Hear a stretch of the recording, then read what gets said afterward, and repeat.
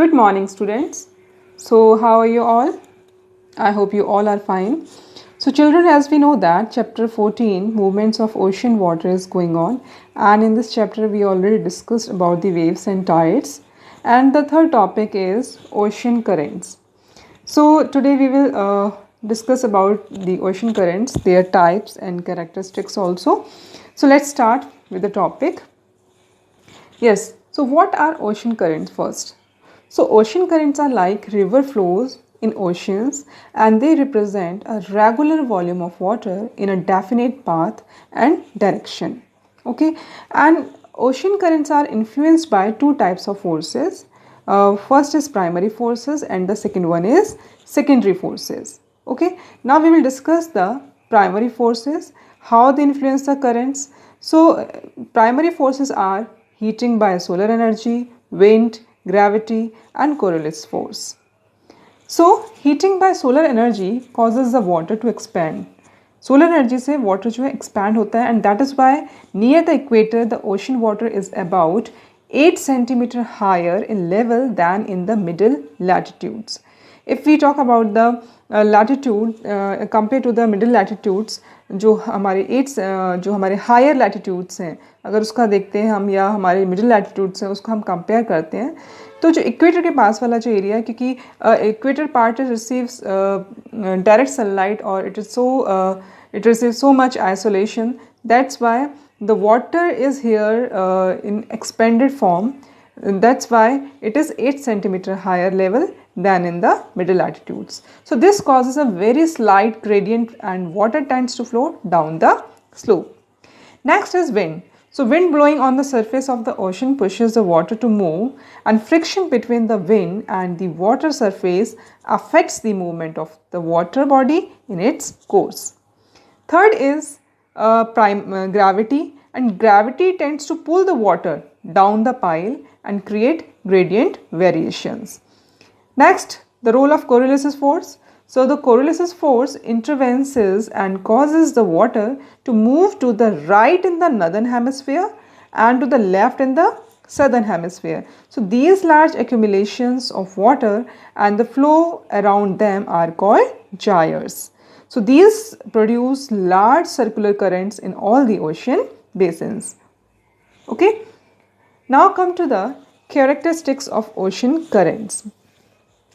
So currents are referred to by their drift, and usually the currents are strongest near the surface and may contain speeds over 5 knots. At depths, currents are generally slow with speeds less than 0.5 knots.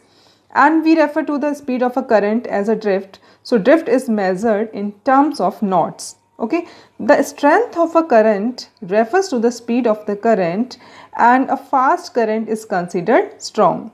Current is usually strongest at the surface and decreases in strength or the speed with depth. So most currents have speeds less than or equal to 5 knots. So this is all about the characteristics of ocean currents. Clear? Now, if we talk about the types of ocean currents, so we can divide it into two parts based on their depth or based on their temperature also. So first we will discuss about the ocean currents based on their depth. So based on depth, we can divide it into two parts: surface currents and deep water currents. Clear? So surface currents constitute about 10% of all the water in the ocean, and these water are the upper 400 meter of the ocean. Deep water currents make up the other 90% of the ocean waters, and these waters move around the ocean basins due to variations in the density and gravity, which we already discussed.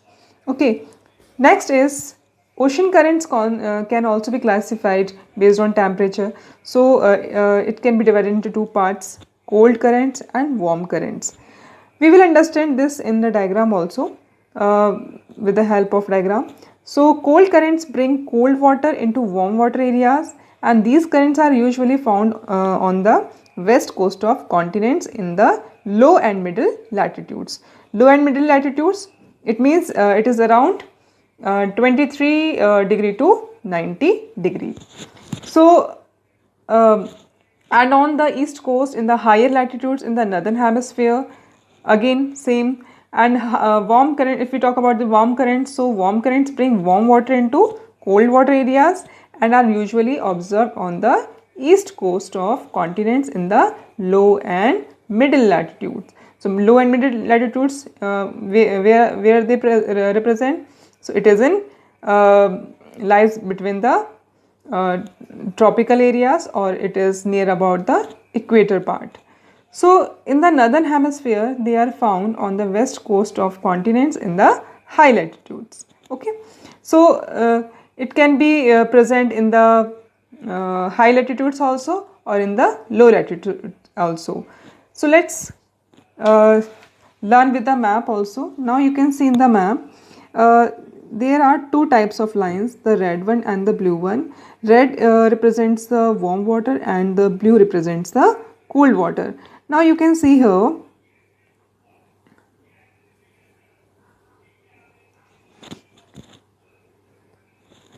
yes, now you can see here, this is the Pacific Gyre, and this is also Pacific Gyre. This is the North Pacific and this is the South Pacific Gyre, and this one is the North Atlantic Gyre, and this is the South Atlantic Gyres, where the water accumulate, and this is the Indian Ocean Gyre.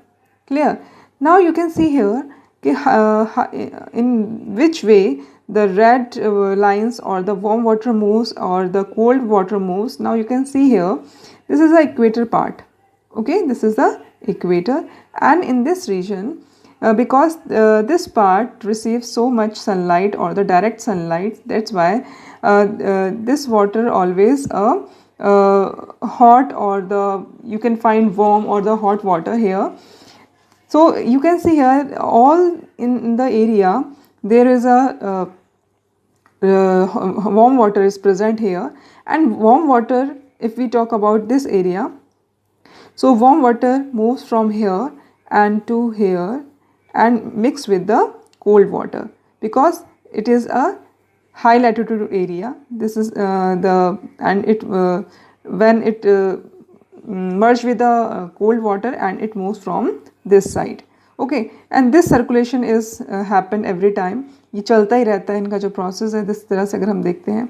Now you can see here, this is all are the cold currents, and because this area receives not so much sunlight or less sunlight, so now you can find here the cold water or the cold ocean currents. And now you can see here how they moves in, if we talk about this area, Indian Ocean Gyre वाला जो part है, यहाँ पर जो hot water है, देखो equator के पास से ये इस तरह से मूव कर रहा है यहाँ पे, और यहाँ पे एक और यहाँ पे सर्कल इसका बन रहा है, एंड यहाँ से ये इस तरह से मूव करके कोल्ड वाटर के साथ मिक्सअप हो रहा है, और ये यहाँ से आके यहाँ पे कोल्ड वाटर के साथ मिक्सअप हो रहा है. सो ये जो प्रोसेस है, ये जो एक्यूमुलेशन ऑफ वाटर है, ये जैसे मैंने बताया आपको, हीटिंग के कारण, ग्रेविटी है, कोरियोलिसिस फोर्सेस हैं, या ग्रेविटेशनल फोर्सेस हैं, उनके थ्रू ये जो वेरिएशन है और ये जो एक्यूमुलेशन ऑफ वाटर है, जिसको हम जायर कहते हैं, जिसमें ये पूरा एक्यूमुलेशन होता है वाटर का फ्लो का, तो ये चलते रहता है बेसिन्स में. ठीक है, these are in the ocean basins. Now you can understand this with the another diagram also. I will show you, just a minute. Yes, we will discuss with in this topic major ocean currents. So major ocean currents are greatly influenced by the stresses exerted by the prevailing winds and Coriolis force. जैसा कि मैंने आपको पहले भी बोला कि ocean currents जो होते हैं वो ज़्यादा इन्फ्लुएंस होते हैं विंड्स और कोरियोलिस फोर्स से, ग्रेविटी एंड हीटिंग से. So the oceanic circulation pattern roughly corresponds to the Earth atmosphere circulation pattern. And the air circulation over the oceans in the middle latitudes is mainly anticyclonic, where more pronounced in the southern hemisphere than in the northern hemisphere. Anticyclonic form में जो है, जो middle latitudes है वहाँ पे anticyclonic form में ये move करते हैं. इनका जो सर्कल होता है वो एंटीसाइक्लोनिक होता है. In regions of pronounced monsoonal flow, the monsoon winds influence the current movements. जहाँ पे मॉनसून विंड्स आती हैं वहाँ पर ये मॉनसून विंड्स की वजह से भी करंट जो है ये मूव करते हैं या इन्फ्लुएंस होते हैं। And due to the Coriolis force the warm currents from low latitudes tend to move to the right in the northern hemisphere and to the left in the southern hemisphere. Coriolis force की वजह से जो warm waters हैं या warm currents हैं वो लो latitude से northern hemisphere की तरफ मूव करती हैं, right in the it means right side में, और सदर्न हेमिस्फीयर की तरफ लेफ्ट साइड में मूव करती हैं। क्लियर? कौन सी वाली? जो इक्वेटर से आ रही हैं। हम इसको डायग्राम्स के थ्रू भी समझेंगे अभी। The oceanic circulation transports heat from one latitude belt to another in a manner similar to the heat transported by the general circulation of the atmosphere. जो ओशनिक सर्कुलेशन होता है उसका जो वाटर जो ट्रांसपोर्ट हो रहा है हीट की वजह से from one place to another belt कह सकते हैं, one place to another place, तो ये जो ट्रांसपोर्टेड हो रहा है ये जनरली सर्कुलेशन फॉर्म में होता है एटमॉस्फेयर में। जो वार्म वाटर है वो सर्कल फॉर्म में चलता है, जैसे कि कोरोलिसिस फोर्सेस की वजह से या ग्रेविटी की वजह से सर्कुलर फॉर्म में घूमता है, और धीरे धीरे जो वार्म वाटर है वो कोल्ड वाटर में मिक्स हो जाता है। So the cold waters of the Arctic and Antarctic circles move towards warmer water in tropical and equatorial regions, while the warm waters of the lower latitudes move pole towards. So जो cold water है Arctic और Antarctic circles का वो warmer water की तरफ जो tropical और equatorial regions हैं उनकी तरफ मूव करता है, और जबकि वार्म वाटर जो है वो लोअर लैटिट्यूड से यानी कि जो इक्वेटर के आसपास वाला जो एरिया है वहाँ से पोल एरियाज की तरफ मूव करता है। ठीक है, यानी कि जो हाई लैटिट्यूड्स हैं। Yes, it is very important. Now you can understand this map. It represents a movement of cold water and warm water. So you can see here, if we talk about this region, just a minute, this region, ठीक है. So here you can see these are the cold currents. Cold currents जो हैं वो hot water की तरफ move कर रही हैं. Now you can see, ठीक है.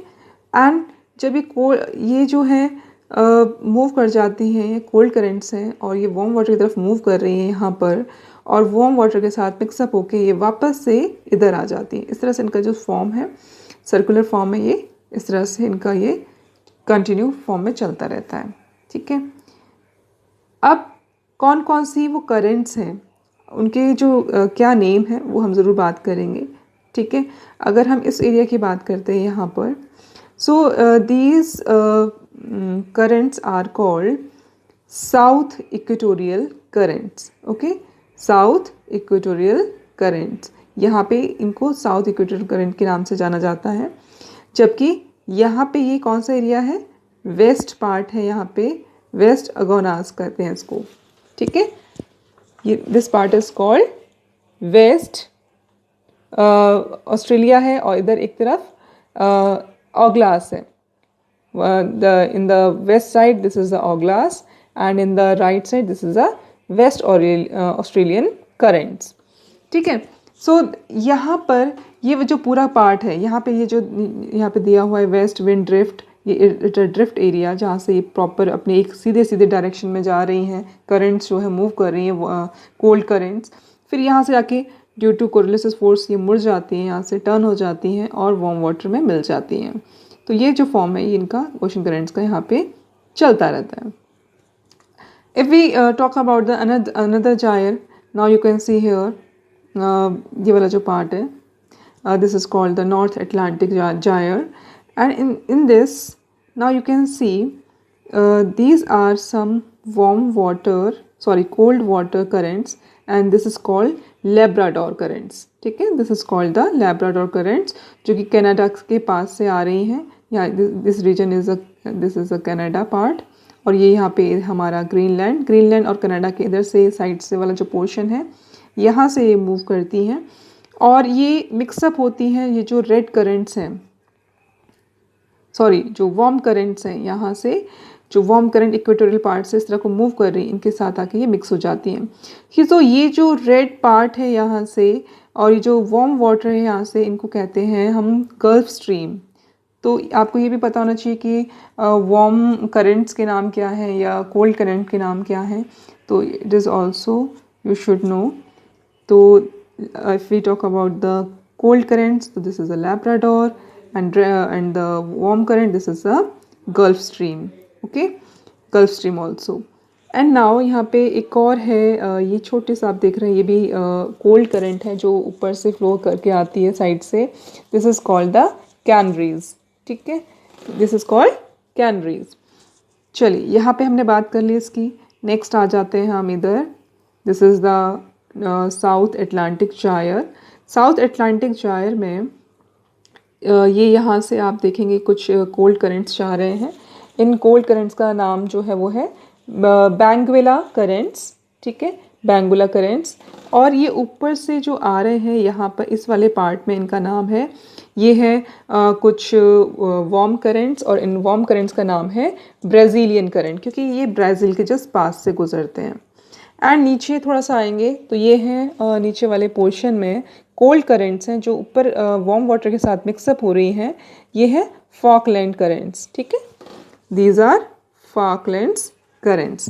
तो ये जो है इधर से कोल्ड वाटर जो है हॉट वाटर के साथ मिक्स हो रहा है, या कोल्ड करंट्स जो है हॉट वाटर करंट के साथ मिक्सअप हो जाती हैं, और ये सर्कुलेशन जो है चलता रहता है। नेक्स्ट, अगर आप इस रीजन की बात करते हैं, ये वाला जो पोर्शन है, तो यहाँ पे देख सकते हैं कि अभी जो कैलिफोर्निया के पास वाला जो है, यहाँ पे हैं कोल्ड करंट्स, जिसे हमने नाम दिया है Alaska currents and California currents. And नीचे जब आएंगे आप, इसमें जो आपको ड्रिफ्ट नज़र आ रहा है, ड्रिफ्ट से अगर आप इस साइड पे देखेंगे तो आपको ये ज़्यादा समझ में आएगा, क्योंकि अर्थ जो है हमारी, ये वाला पार्ट जो है इसके साथ कनेक्ट होता है, क्योंकि अर्थ कैसा है, स्फीयर, और हम इसको फ्लैट सरफेस पे देख रहे हैं। तो यहाँ पर एक और कोल्ड करंट आ रही है ऊपर से, जिसका कि नाम है ओएशियो, और ये आकर वार्म करंट के साथ मिक्सअप हो जाती है, जिसका नाम है Kuroshio. Now you can see here Kuroshio. ठीक है, और इस तरह से इसका जो सर्कुलर है या सर्कुलर फॉर्म है, एक्यूमुलेशन है वाटर का, वो चलता रहता है। ठीक है, तो अब हमने यहाँ पे समझ ली कौन कौन सी कोल्ड वाटर करंट्स हैं या वार्म वाटर करंट्स हैं, उनके जो नेम्स हैं वो भी आपको लर्न करने हैं। ठीक है, और एक चीज़ ज़रूर रिमेंबर करिएगा कि ये वाला जो इक्वेटर पोर्शन है, इसके पास जो भी करंट्स मूव कर रहे हैं वो सारे वार्म करंट्स ही होंगे। ठीक है, और यहाँ से जो आ रहे हैं वो सारे कोल्ड करंट्स आ रहे हैं, ऊपर से जो आ रहे हैं वो कोल्ड करंट्स आ रहे हैं, क्योंकि ऊपर जो हमारे हाई लैटिट्यूड्स हैं वहाँ पर जो है लेस आइसोलेशन होता है, जिसकी वजह से ये जो करंट्स हैं कोल्ड होते हैं, और आइसोलेशन की कमी से या सनलाइट की कमी से ये वाले जो एरियाज़ हैं काफ़ी ठंडे होते हैं। और यहाँ पे डायरेक्ट सनलाइट आती है इस वाले एरिया में, क्योंकि ये इक्वेटर जो है डायरेक्ट सन के सामने होता है, तो यहाँ पे ज़्यादा आइसोलेशन की वजह से वार्म वाटर होता है, और या वार्म करंट्स होते हैं जो बाद में जाके कोल्ड वाटर के साथ या कोल्ड करंट के साथ मिक्सअप हो जाते हैं। अब ये तो हमने समझ लिया, बट वन मोर थिंग कि वाई इट इज़ इम्पॉर्टेंट, ये इम्पॉर्टेंट क्यों है। ठीक है, क्या इफ़ेक्ट्स हैं इनके ओशन करंट्स के। तो ओशन करंट के जो इफ़ेक्ट्स हैं वो ये हैं, ओशन करंट के इफ़ेक्ट से पहले, हाँ यस, मेजर करंट्स हमने पढ़ लिए हैं, ओशन करंट्स की बात कर रहे हैं हम लोग, एक बार चेक कर लेते हैं। Yes, it is done. So, ocean currents have a number of direct and indirect influence on human activities. Ocean currents का directly या indirectly human activities पे काफ़ी असर पड़ता है. And west coast of the continents in tropical and subtropical latitudes, except close to the equator and are bordered by cool waters. So, जो west coast है continents के या tropical या subtropical latitudes हैं, वहाँ पर जो है कोल्ड वाटर पाया जाता है। ठीक है, केवल इक्वेटर को छोड़ के, क्योंकि जैसे मैंने अभी आपको बताया equator gets direct sunlight, more isolation, तो वो हमेशा वहाँ पे you can find warm water. So जो भी कॉन्टिनेंट्स हैं उनका जो ट्रॉपिकल या सब ट्रॉपिकल एरिया है, उनका जो बॉर्डर्ड एरिया है, वहाँ पे हमेशा कूल वाटर होगा। The best fishing grounds of the world exist mainly in this mixing zones. So जहाँ पर भी warm water और cold water mix होता है वहाँ पर फिशिंग ग्राउंड्स पाए जाते हैं, मतलब वहाँ पे फिशिंग बहुत अच्छी होती है जहाँ पे भी ये वार्म वाटर या कोल्ड वाटर मिक्सअप होगा वहाँ पर फिशिंग बहुत ज़्यादा होगी। तो जो फिशिंग का जो बिज़नेस है या जो भी फिशिंग अगर एग्रीकल्चर का जो भी देखते हैं उनके लिए it is very beneficial. So there is a fog but generally areas are arid. इस टाइप के जो एरिया होते हैं जहाँ पर ओशन करंट्स मिलते हैं या ओशन करंट्स पाए जाते हैं वो ज़्यादातर फॉगी होते हैं और ड्राई होते हैं। एरिड मीन्स ड्राई कह सकते हैं, जहाँ पर सूखा रहता है। The mixing of warm and cold currents help to replenish the oxygen and favour the growth of planktons, the primary food for fish population. तो जहाँ पर भी वार्म और कोल्ड वाटर करंट्स मिक्सअप होते हैं तो वहाँ पे ऑक्सीजन रिप्लेनिश होती है और जो प्लैंक्टन्स होते हैं उनकी ग्रोथ भी होती है, जिसकी वजह से जो फिश है फिशिंग को बढ़ाया जाता है। So they are characterised by cool summers and relatively mild winters with a narrow annual range of temperatures. तो इनको हम कूल समर्स या माइल्ड विंटर्स के या कौन सा नैरो एनुअल रेंज है टेम्परेचर के थ्रू भी इसको हम कैरेक्टराइज कर सकते हैं। West coast of the continents in the middle and higher latitudes are bordered by warm waters which cause a distinct marine climate. जो वेस्ट कोस्ट है कॉन्टिनेंट्स का या मिडिल या हाई लैटिट्यूड्स वाला जो बॉर्डर्ड एरिया है जहाँ पे वार्म वाटर पाया जाता है वहाँ पर जो है मरीन क्लाइमेट कह सकते हैं या जो भी मरीन लाइफ है उसके लिए क्लाइमेट जो है थोड़ा सा डिफरेंट रहता है, अलग अलग रहता है। Warm currents flow parallel to the east coast of the continents in tropical and subtropical latitudes. So this results in warm and rainy climates. तो warm currents जो है जो पैरेलली ईस्ट कोस्ट जो कॉन्टिनेंट्स हैं या ट्रॉपिकल सब tropical latitudes हैं उनके पैरेलली जो फ्लो करते हैं वहाँ पर वार्म वाटर पाया जाता है और रेनी क्लाइमेट होता है। वार्म वाटर होगा तो ज़्यादा से ज़्यादा इवेपोरेशन होगा, प्रेसिपिटेशन होगा और रेन होगा, ठीक है।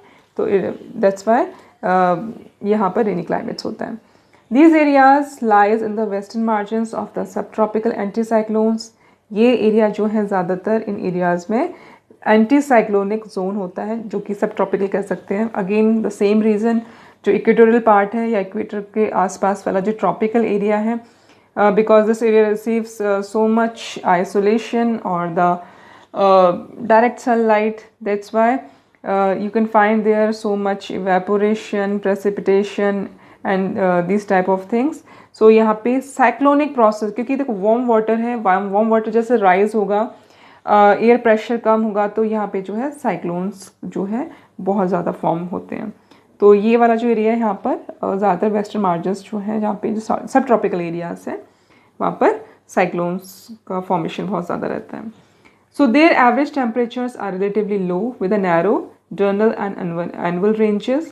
और इनका जो अगर हम एवरेज टेम्परेचर देखते हैं जो कि एनुअली अगर हम देखे जाएँ तो बहुत ज़्यादा इन एरियाज़ में लो ही रहता है।